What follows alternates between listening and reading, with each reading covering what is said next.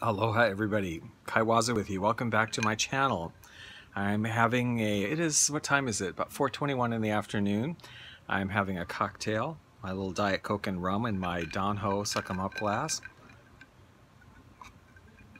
Vintage 1970s. In case you didn't see that, I think I mentioned this in one of my haul videos when I got them, but if you didn't watch that, I was at the Goodwill outlet, which is even cheaper than Goodwill. It's where they just have things in bins and they're all thrown in there, all hemajang. I got 3 of these glasses, 3 different ones that were together, all from the Don Ho show in the 1970s, in absolutely perfect condition, absolutely nothing wrong with them, for $1. All 3 of them were $1. And you check these things out on eBay and see how much they're going for. Kind of crazy. Not that I'm not interested in reselling them. I don't do reselling. I get it because I want it. I want it. So I'm drinking out of them. So I'm having my Diet Coke. I have my t-shirt on. QT. It's actually merch. I'm not a person who usually buys. Well, this is the first time I've ever bought somebody's merch. Maybe I'll do more. I don't know. But I just loved this shirt so much when I saw it. I saw it last year, but I had more self-restraint. This year, when I saw it, I was like, I didn't even think about it. I'm like, oh, no. We'll get this. I love this shirt.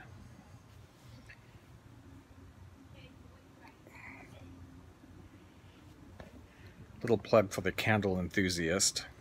I don't know if you've ever watched his channel, but he's what do they call it? A wine person, sommelier or something. And you can tell because that's how his reviews of candle scents are like so detailed. I mean, he can literally spend like 15 minutes talking about one candle and the scent notes he gets. It's really amazing. But I love that because I remember those trick-or-treat bags as a kid. Okay, so this is part 2 of, health. I should give a health update, right? I had my foot operated on. I had what they call a schwannoma on the bottom of my foot. That was operated on the 4th. It is now the 23rd. I had a really good follow-up. She was super happy with how it was healing and rebandaged it. My next appointment is on the 24th when she hopes to take the stitches out and I can just sort of walk normally. Now I can walk around a little bit on a cane. I haven't left the house, to go to the appointment and to go get some shots. Not liquor shots, but my shingles part 2 and my flu shot.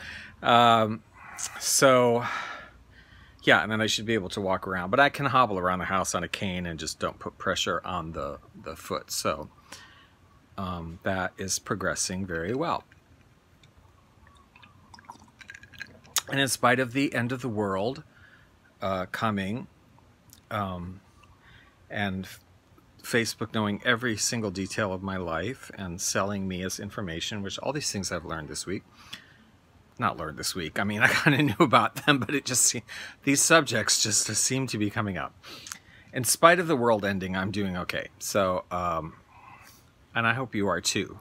So let's look at part 2 of this video haul, which is a combined haul from the Habitat for Humanity shop, Savers, and mostly from a random, very dusty, sort of crowded hoarder thrift store I just happened to walk by one day in an area of town I don't walk around much in, called Christy's, where I got a whole bunch of records.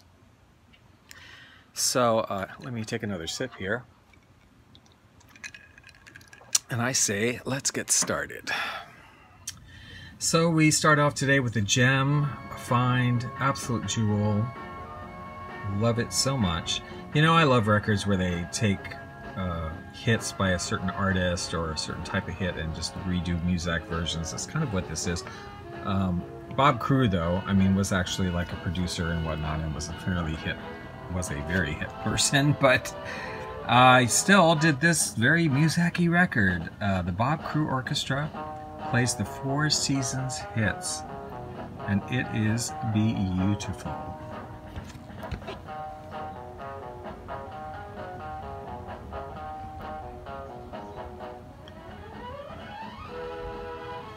Yeah, how can you not love that? Well, then we have just Sing, It's Good For You, Norman Luboff Choir. You know, this is a beautiful cover on this one. Floatin' Like a Feather by Paul Weston and his orchestra. You know, in case you don't know, Paul Weston is kind of the grandfather of mood music. I think he's the first person really to use that term on some of his recordings and specifically make records that were mood music. A beautiful cover. I have Al Goodman's South Pacific, but this is apparently, would seem to be an earlier version and a different recording, not the same one as the other ones I have. So why he recorded it twice, I don't know. But let's get them both. Al Goodman and his orchestra, South Pacific. Can't pass that up. Now here's a budget record, very interesting, strange. One of these percussion records where they sort of, you know, do these sort of random percussive things. Although this one honestly seems to have less of that than some of the other budget label percussion ones I've read. This is the ping pong sound of guitars in percussion, featuring Eddie Wayne and his group, and it's just a very strange record. I think it's sort of groovy guitar, and there's definitely percussion going on, and it's kind of cool. It's just weird, and this is one of those records I know that has been, I don't have any other copies of it, but has been reissued and re-released by different budget labels under different names. So you might find this exact recording as being by a different artist, a different cover art, different name. They may even change the names of the songs. I do have a 3 LP set. That's, what is it called, 150 favorites or something? And it has segments of this on it under the guitar album, but not whole selections, so this was interesting record. Guitars in Italy, Time Records. These are, anything Time Records is going to be nice and well produced, no exception on this one. Okay, we got to talk about this one a little bit. Well, I couldn't pass this up. I wasn't sure if it was going to be appropriate for moody mood music, but I had to try it anyway. And as it turns out, it kind of actually is, because it just sounds sort of like one of those choruses, you know, in the 70s, like a Ray Conniff or somebody in that area that was just trying to be cool, but not too cool, you know, kind of like that. My first question about this record was, though, are they actually singing on it? Are the actual, you know, the actors from the Brady Bunch show singing, or, you know, were there other people singing and they're just, of course, have their pictures and, you know, say, yeah, they're singing. But so I did a little research on this album. This actually was the second album they did. I don't have the first one. And it had no songs on it that charted. It did have a couple singles and none of them charted. Although they said it did actually get some airplay on easy listening stations because of what I said. It sounds like kind of like a typical easy listening chorus. The one song I was curious to hear that I didn't know was Time to Change. You know that song where the younger kids, or middle kid, excuse me, his voice is changing, and they're supposed to be singing on this TV show, and they ended up creating this song for him to sing because he's like, when it's time to change. But this is not recorded that way. They're just singing it straight on. Interesting record, yeah? Meet the Brady Bunch. Hello. I'm very sad, and I am crying. I seem to have lost my head. Quite literally. I feel as if I'm a disembodied face floating. I know. I need something that will make me feel better, calmer, relaxed, I'll listen to Moody Mood Music on Live365.com, where I will hear lush instrumentals, beautiful vocal selections, and music to calm me down and cheer me up. And perhaps I will find my head somewhere. Won't you join me on Moody Mood Music? The link is below in the description. Well, a staple of the easy listening format that we hold very dear to our hearts is the music for or music to. There were a million. I don't know exactly why or how it started. I think maybe it was Melostrino strings that started this music for whatever. But there were a million made, and I got 4 of them in this haul. There was a music for a starry night, Cyril Stapleton and his orchestra, and she's rhapsodically, whatever. I don't know what he's whispering in her ear, but she's all there for it. There's music to write letters by. Now talk about an antiquated picture. We have a vinyl record, okay, which antiquated, with music on how to write letters by, which nobody does anymore. Well, I do, but I'm very weird that way. And she has a lovely look on her face, sort of far away, thinking of her beloved, I guess, who she's writing a letter to, or either that or somebody sitting in the distance looking at her writing a letter. This is a compilation of just some different artists. It really, other than love letters, has nothing to do with writing letters. And then finally, I found music for Holding Hands, Bill Snyder, which was actually my grandfather's name, although he went by William. Piano solos with accompaniment. And in fact, her hand is being held, and she looks quite happy about it. All right, this one we got to talk about. This record right here. I got this at Habitat for Humanity or Habilitat, or whatever it's called. It's kind of a mess. It's all falling apart. It was $1. I had to get it. Harbor View Club, Fort Buckner Civilian Open Mess, Okinawa, which is a Japanese island in the Pacific. Now, check this out. I love this name. Narding Midoro and his band with Miss Ophelia Dayrit vocalists. And there's like a nice mixture of a couple Hawaiian songs and some Latin numbers and a few instrumental band, dancing numbers. But check out the record. Check out the record. It is a picture disc. Check it out. Harbor View Club Musical Memories.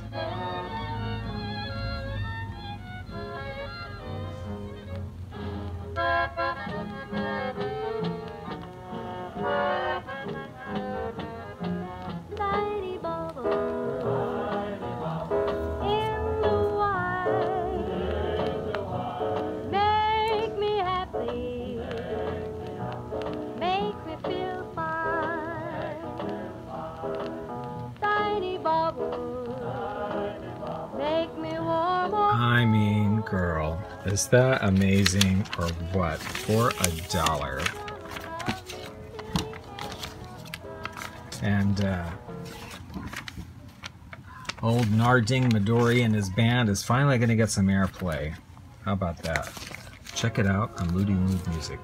Well, Akchung, Anton Karas, we're always a little bit sentimental and loving the sound of a zither, so we're always open to zither music. Very mellow. Then there's this hi-fi salute to the great ones, Leroy Holmes and his orchestra. So these are all songs that were associated with various dance bands and big bands, but he is doing his own arrangements, different from the original ones, but that are suggestive of those bands. So it's a nice record, kind of interesting, and it's nice to hear these songs done in a different, arrangement than what we might be accustomed to them in. Well, this is standard. Voices of Walter Schumann. When we were young. When we were young and I used to poke your eyeballs with willow leaves. Finally, I have these 3 records we're going to talk about together. So I knew when I got these, not all of this is going to be usable for easy listening, although some of it is, definitely. Not all of it will be, but I'm interested in budget records, and these just, I had to get them. I don't know if you're familiar with them, but it's kind of unusual here in Hawaii anyway for me to ever run across these. But these were these imitation hits records. So these labels would make up records that sounded like whatever was popular that month, whatever songs, you know, were on the charts or in the public eye, and they would do their own versions of, and that tried to sound as much like the originals as possible. They were imitator. And they were very cheap. So the idea was you could, in addition to LP format, they also came out in singles. They also came out like in a record that might have 4 or 6 songs on it, and they were very inexpensive, so you could get, you know, every song for you know, 10 cents or something. And I found 3 of them together, very interesting, at Savers, all by the same company. America's Greatest Hits, and you notice the genericness of the covers, like this is how it would be released. I suspect perhaps they might have dated it or stamped a date, like what month and year or something on it. The back is completely blank. Then it would be, you know, top hit tunes, and they'll tell you what's on the recordings. Like these are all like redos of pop hits, not by the original artist. And then there was the Silken Strings that was just like sort of easy listening orchestra, the Crystal Studio Orchestra. You'll notice there's the date on this one here, November of 1958. I'm assuming that's what that is.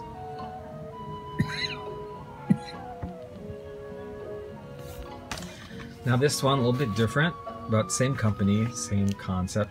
I'm assuming they would have, they didn't, but I don't know why, but I'm assuming they probably, when they did these, would maybe stamp them, because they would do them every month, the month and the year, because it's also blank on the back. This one is from March 1958. And hits, and then the last several numbers are a tribute to Tommy Dorsey as performed by his alumni band.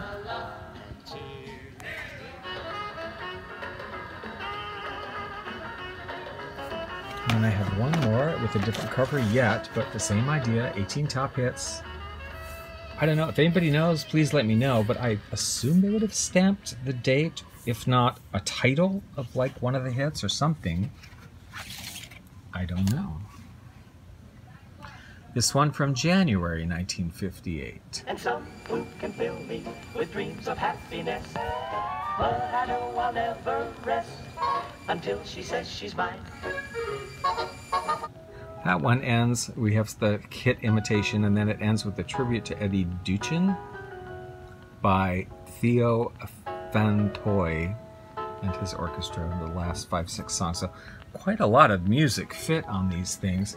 You were definitely getting a lot of music for your money. I certainly did. Oh, now this one has a back on it, so